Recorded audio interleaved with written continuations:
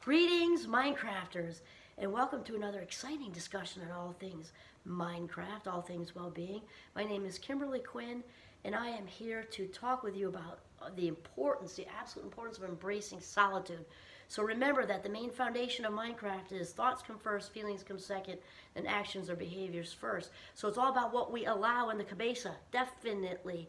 And solitude has a whole lot to do with calming down the mind. And lots of people will say, lots of the big thinkers will say that, a calm mind is a powerful mind. One of those people will be Deepak Chopra, another one is John Kabat-Zinn, the mindfulness gurus. A calm mind is a powerful mind. So here's the thing. Stigma, okay? Stigma, stereotypes, however you want to say. I guess I'd lean more stigma. Think about it. Way back when, I'm a fabulous 57 now, and I remember being on the playground way back when at the Duzine Elementary School in New York. And I remember watching, because I was that kid that loved being the dead center of the dodgeball game or whatever. But kids would be kind of lured back into the thick of it, thick of the stimulation, who were trying to pick wildflowers or sitting. There was a giant rock by the swings. They'd sit on there and just kind of watch people, or maybe look at a picture book or read a book or be on the swings alone. And not to judge the very well-meaning recess, I think we called them aides back then. It's probably so outdated. But anyway, the helpers on the playground, nice, well-meaning grown-ups, let's say that. That's a tough one. I don't want to judge them, because if you saw a kid off on their own, you might think that they were excluded. And it's tough to tell when they're, 8 or something. So there's no judgment. It's just there's probably a mix of that, because sometimes the child may have been, introverted, and they recharged their batteries by being alone and maybe totally overstimulated from the first half a day of first grade and needed to hang out by themselves, maybe just watch kids, and they're listening to their inner voice, listening to their gut. I need to recharge and rejuvenate in this way. And I know that about myself, even at 7 or 8, when I don't even have the language for all that. I just kind of know instinctively that this is how I decompress at lunchtime. And then you may have had a child who's shy, which is different than introversion, right? Introverted and extroversion is how we recharge our batteries, and shy is a fear of social rejection. So if that's the case, then the very well-meaning recess person, may have been, it may have been a good idea to kind of help the child integrate back into the games or whatever like that. And it's tough to know. But anyway, the point is, no matter how you cut it up, we got bad messages, shameful messages early on, even if they weren't, there was no intention of that. It happened because we learned that skating off on the sidelines by ourselves was not normal. Something's wrong with us. Something's wrong with us if we want to be alone and in the quiet and go for a walk in the woods by ourselves or whatever. And it's interesting because I actually know a couple of people, my mom friends, who will go off on, I'm going to say full-blown vacation. It's more like a weekend or an overnight in a hotel. I wouldn't say it's like off on a cruise, but if they did, good for them. But I can think of one in particular who actually does do that, sort of. She goes off different cities and goes there for a weekend by herself, with full intention of being alone. Good for you. Because here's the thing. We know that solitude has tons of benefits, lots of benefits. By the way, if you're wondering why I'm draped in a Snoopy blanket and my monster hat, it's because it is freezing. And we've got both wood stoves going full tilt. It's like negative 1,000. It's so cold. And so anyway, just thought I'd mention, what's with all the, Snoopy wear and everything. Anyway, so the benefits of solitude, it calms the mind. A calm mind is a powerful mind. We are so incredibly, we have so much incredible ability for creativity and invention and all this stuff when we quiet the mind. Never mind just the plain inner peace, happiness and joy. And I know for me, this is absolutely true, and I'm, in case you can't notice, as extroverted as it gets. So I recharge my batteries with people. I love doing presentations and all that stuff.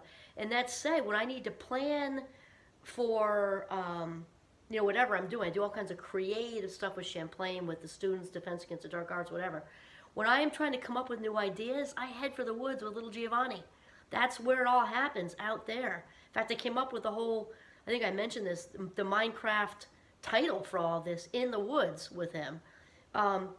So we know that happens, and there are lots of really good quotes. Einstein's one of my favorites. I think he's a lot of our favorites. And he, as much as he did with all the theories of relativity and all that, he actually talks I shouldn't say way more. He talks, let's just leave it independent. He talks a lot about his imagination and his imaginative thoughts, as he would say. In fact, a lot of his ideas came to him on the couch when he was napping or just hanging out, being still. Nikolai Tesla, I'm on the Minecraft podcast, not this YouTube, the podcast, which is different than this, by the way.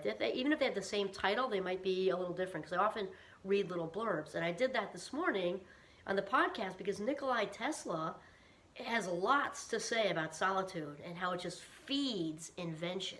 Feeds invention. Another thing that has gotten in the way of our embracing solitude, besides the stigma and you're withdrawn and weird and what's the matter with you, even as an adult, if you want to go be by yourself, another thing that's gotten enormously in the way is the whole FOMO thing and our need, even as seasoned grown-ups, our need to be connected. And these pop-ups happen on the computer, and then we jump into those, and we just run around like gerbils on crack, from thought to thought to thought. And what happens with that is we can become emotional runners. Also, I'm thinking of Wall Street, and not that every single person on Wall Street is an emotional runner. However, I have seen it in real high-flying jobs where people don't even feel anymore. I mean, they just gerbils on crack is the best way I can say it, and especially if there's all kind of external reward. I'm thinking of one person in particular that I know is super financially successful and all that, and he's kind of becoming aware that, like, for what? As far as, like, his, what makes his heart sing and his passion and all that. We had to talk about it a while back at a barbecue. He's become an emotional runner. He doesn't even know what his purpose is or what makes him passionate. He's swimming in so much money he couldn't spend it in 10 lifetimes, but he's really not that happy. And so solitude is also, wherever you land on the introverted extroverted spectrum, is independent of that. I mean, obviously the introverts need more time to recharge because that's how they recharge. But even the most extroverted of us also need solitude, absolutely. And this is where we get back in touch with ourselves, because the internet, and obviously it's not all bad. I mean, there's good things that come out of technology for sure. Though at this point, I'd say many of us, I think, have become completely disengaged from ourselves and who we are, our thoughts, like just disengage. It's like a connect the dots, on meth kind of thing. We jump from here to that, to that, to that, to that, to that, to that, to that, to this. Don't even know where it started, where it began, and all we know is at the end of the day, we're accomplishment junkies. We just accomplished all this stuff, but like, what happened to the life minutes? They went down the rabbit hole, not even knowing and experiencing any of our day, really. It just like zoop, flew by. And so it's so important to take that time for solitude and to also change our mindset. Being alone is good. It doesn't make you weird.